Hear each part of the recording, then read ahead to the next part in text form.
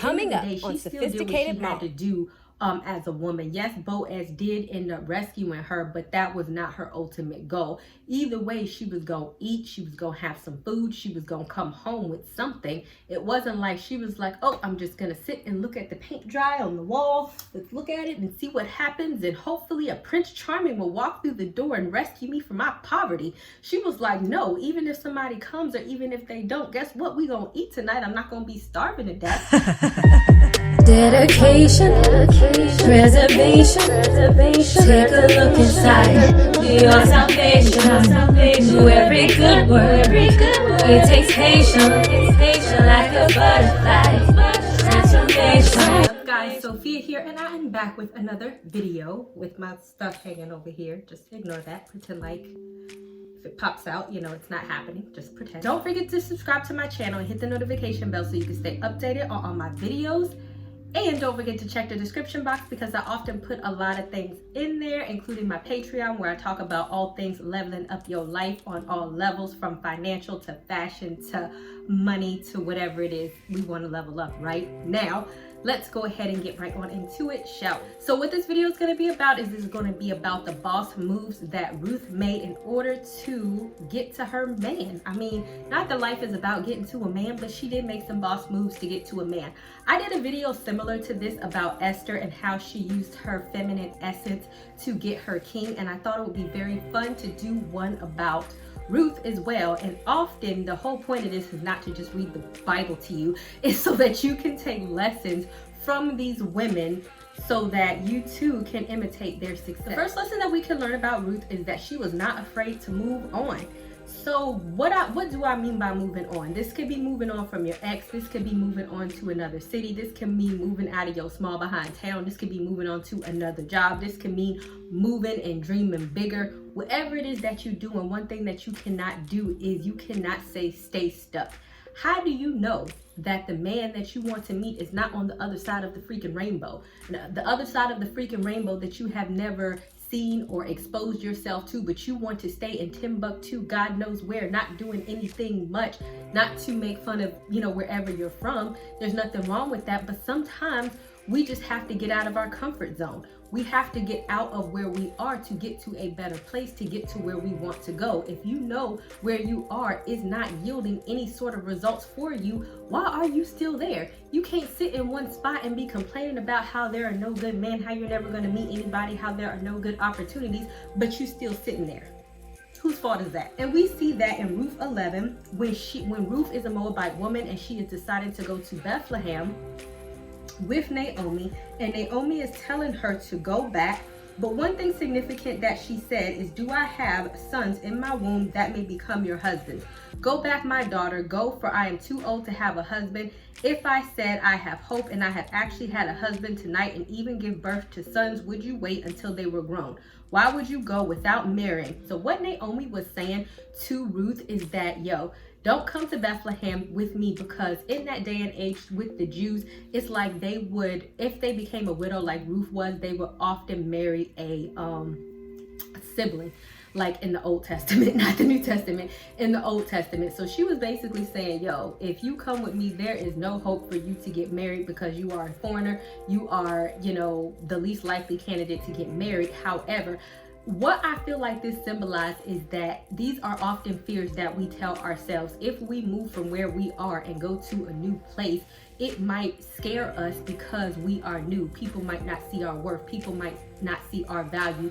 We might be moving into a different social circle. We might be moving into a different city, and people might not be able to get us. But you have to not have that fear that you're going to walk into a place of nowhere, because what Ruth knew is that in Moab, where she was from, is that there wasn't anything there for her, and where she was brought her nothing but heartache and pain, because her husband died, her brother-in-law died, and her father-in-law died. It wasn't like Moab was on and popping. Evidently something was going on there where everybody was dying, right? And then on top of it, they were sacrificing folks. So it's like, she was like, okay, either you move forward where there is uncertainty, or I go back where I know for a fact ain't nothing popping off. And so you have to have faith to move forward. And in 16, that is what we see Ruth do. Do not urge me to leave you or to turn back from following you. For where you go, I will go. Where you lodge, I will lodge. Your people will be my people and your God, my God.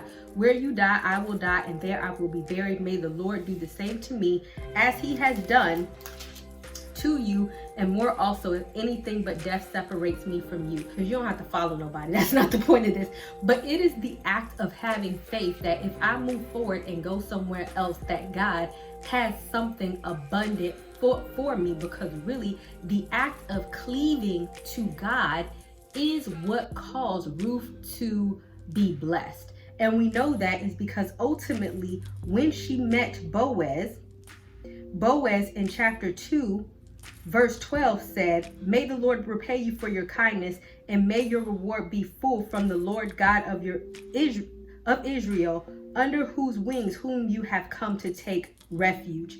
And he was saying the kindness that she had shown to her mother-in-law. So it wasn't the fact that, oh, I just did a kind deed, but it's the fact that she trusted in God to move forward despite what she saw, because she knew there was nothing left in Moab. So your first lesson is just move forward. If nothing is where you are, and this can be life, this could be career, this could be relationships, this could be a man, this could be whatever, how are you going to get to a better place if you're staying stuck in the place that is not yielding you any results?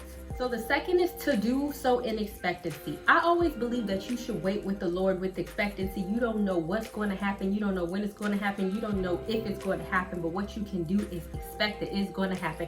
You can expect that every day that the Lord is somehow going to bring about a blessing, and that something is going to happen, even though you don't know who, what, where, when, and why. And you can take the actionable steps to ensure that that blessing happens. And we see that if we go to chapter 2, verse 2, and Ruth the Moabite said to Naomi, please let me go to the fields and glean among the ears of grain after one of the reapers, whose sight I may find favor. So she was saying, I'm going to glean in one of the reapers, and these were the people in the field of whose sight I might find favor. So she was hoping to find favor from somebody. Ideally, she was talking about the reapers, but the person that she ended up finding favor from was the owner of the field, and the people and the reapers actually worked for Boaz.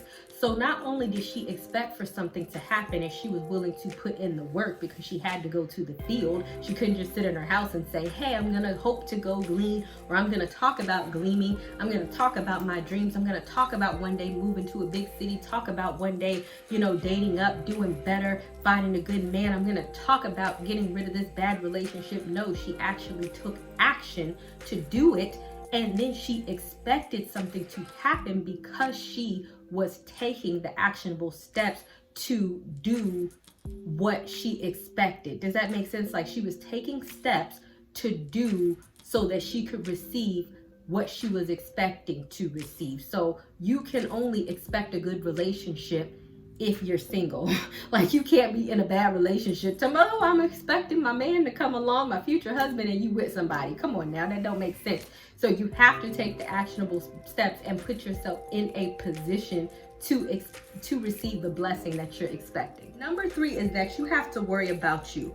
So regardless of the fact that Ruth was expecting, doing, at the end of the day, she still did what she had to do as a woman. Yes, Boaz did end up rescuing her, but that was not her ultimate goal. Either way, she was going to eat, she was going to have some food, she was going to come home with something. It wasn't like she was like, oh, I'm just going to sit and look at the paint dry on the wall, let's look at it and see what happens, and hopefully a Prince Charming will walk through the door and rescue me from my poverty. She was like, no, even if somebody comes, or even if they don't, guess what? We going to eat tonight. I'm not going to be starving to death. And I am this type of person where I always believe that there is nothing wrong with wanting a provider. There is nothing wrong with wanting a good man, but you should not want somebody to just rescue you from the life in which you are doing absolutely nothing, right? And so when in chapter 2, verse 7, when Boaz came up to the reapers and he saw Ruth, he asked one of the reapers about her, And he said this of Ruth, and she said, please let me glean and gather after the reapers among the sheaves. So she came and has continued gathering grain for early morning up until now, except when she sat resting for a little while in the field house. So literally what he was saying, that Ruth got up early in the morning, she started working, she started gathering food, and she was just working from early morning up until now, so she would have food for today, for the next day, for the day after that, so that in case anything happened, she did not find favor with anybody. You know, in case some unfortunate events where she got sick the next day and she could not work, she was still going to be all right, and she was still going to be able to eat, right? So it's like, yes, you do expect for something, a blessing, a man, an opportunity to come in your life. However, you still have to worry about you. Don't just sit dependent on wishing, hoping, and looking at the ground, waiting for something to happen, and you're not taking care of you or doing any action on your part. Just like I said in the Esther video, she had to go through a whole year of beauty preparations and, you know, etiquette and all that stuff to ensure that she had the behavior to be a queen. There is, you know, you do have to do your part. You can't just be like, dang, I'm busted and I expect to be on the caliber or meet a man of the caliber of here and I have nothing going for myself. The art of being equally yoked is that you need to bring something to the table. And ultimately what Ruth brought to the table, even though she did not have the same amount of money as Boaz, was that she brought her integrity and she brought her work ethic, because ultimately that is what attracted Ruth to Boaz. Had she just been sitting there not doing anything, he probably would be like, dang, she's just like all the rest of these chicken heads, she's not doing nothing. But it's because he heard about her kindness, and because somebody else spread her reputation to him, that is what attracted him to her as a person. And the next one is be thankful, y'all, and don't have an attitude. I am a big person of this. I get that oftentimes there are some men who approach you and you may not necessarily be interested in them, or some of y'all might feel like, oh, it's really cute to play hard to get. Okay, but it's also cute not to be a jerk. Like, don't get into the situation where you're playing this, you know, this hot and cold game of, oh, even though he show interest in me, I'm gonna roll my eyes and swindle my neck so that he's gonna have to work hard to get to know me. Ain't nobody doing all of that. Just be a nice and receptive and kind and polite person, and that's it. After Boaz approached Ruth in the field, what she said in verse 13 was, let me find favor in your sight, my Lord, for you have comforted me and spoken kindly to your maidservant, though I am not one of your maidservants. So basically, she was thanking him for the fact that he said, oh, may the Lord bless you. If somebody gives you a compliment, as long as it's not overtly sexual, like, dang, you got a fat booty, just say thank you. If somebody wants to say something nice to you, just say thank you. Even if you're not interested in that person, you never know who's observing you. Just like the reaper said when he was observing Ruth and somebody else came to ask about Ruth, he had positive things about her to say about her. The last thing you want is for somebody to be like, oh my goodness, I tried to holler at her and girlfriend just straight up cussed me out, and all I told her was, how are you doing today? And she cussed me out every which way, sideways, and I just said, hey. Don't do that, because you don't want to be known for being a nasty person. You definitely don't want to be a beautiful shell and have a rotten inside and you don't know how to act. Just be beautiful on the inside and out, and I think that you would be shocked on how far that really goes on attracting other people. Let a man prove himself to you, and by prove himself, I mean that you just don't need to jump in and give it all away at once. If a man is interested in you, give him an opportunity to prove that to you, because oftentimes as women, we have a very nasty habit of doing the absolute most for no apparent reason whatsoever, and a man has not even shown that he has liked us or shown that or that he is even worthy of our time.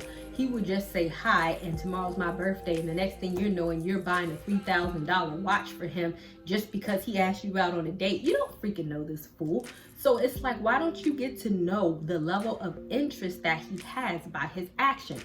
And we know that Boaz did that because what he did was, first, in verse 14, he asked for Ruth to come in from the field and eat some bread. He invited her to eat, you know, aka a date. And plus, it was just a nice thing to do. I mean, he owned the freaking field. He was like, yo, come and get some food. And then when she got up, he told his reapers to drop some additional food for her as she was gleaning, so that when she was gleaning, she was actually picking up more food than traditionally, because he made provisions for her. Now, does every man need to go to that extent? No, don't get carried away in what I am saying, but I'm just saying you can gauge the level of interest that a guy has in you based on his actions. Do not take the bare minimum in the sense that he texts you one day and maybe 2 days in a row, and all of a sudden you feel like this is love because he is consistent, because he said hi or he returned your text within 5 minutes 2 days in a row, and now you feel like he's showing you attention. That's given the absolute bare minimum. Somebody who is really interested and who really likes you will really go above and beyond to show their interest in you. And so wait for that happens before you kind of show all of your cards or give it all away. And with that being said, of course you show interest back, but you don't have sex. The way to reciprocate interest is not to drop your panties and have sex with them. The way to reciprocate your interest is to simply tell them, once you feel as if the person has shown interest in you, just have an honest conversation. It is very shocking to me how many people are actually afraid to just do that. In this particular instance, when Ruth came home, it was Naomi who recognized the signs. Like, Ruth was real like, duh. But it was Naomi who recognized the signs that Boaz was actually interested in Ruth based on everything that Boaz has did. And I have a video on that, and I'll link it in the description box. And what and Ruth gave her directions on what to do according to the Jewish custom to show her interest in Boaz. And so what she did was she had to like lay at his feet. Don't do this in real life. This is like a metaphor, okay? And then he said, you know, who are you? And she said, spread the hem of your garment over me, for you are a close relative and a redeemer. So a guardian redeemer would be like a sibling, like I mentioned at the beginning of the video, to redeem the family bloodline. So basically she was expressing interest in saying that I would be interested in marrying you if you would have me. Now with this specific tip, you have to be very careful. This is not a situation where you're like, hey, marry me. No, but it is also a situation not to have your time wasted. If you notice in a relationship, a man is continuously dating you for years and years and years and years on end, and it's not going anywhere, it should not even get that far. You need to verbalize what you want and what you need and what you're expecting well before that, so that you're not dragging out for years not getting what you want, and he's just sitting there wasting your time. Don't nobody have time for that. But on the opposite end of the spectrum, you also want to make sure that he has interest in you. You don't want to say on the first date, hey, I'm looking to get married and all this other type of stuff. You don't know this person, and so you don't want to do that. You have to wait to a fine point in the relationship that you know this person, he knows you, there is mutual interest, and you do see that this person is actually a person that you want to start a relationship with or get married to. There's nothing wrong with saying like, look, where is this going? I really don't want my time wasted. Are you interested in me or you're not? If men say, oh, you're giving me an ultimatum, fine, take it how you want to, but you have a right not to have your time wasted and dragged out in a relationship if somebody is not interested in having the same things that you're interested in having, point blank period. And don't feel bad about that. It is what it is, right? All right, guys. Thank you guys so much for watching, and I will see you guys another day, another time. I'm so interested in what you have to hear about the play-by-play of Ruth. So if you could go ahead and leave that in the comment section and let me know what you think, then go ahead and do that. All right, guys, don't forget to subscribe, and I'll see you guys another day, another time.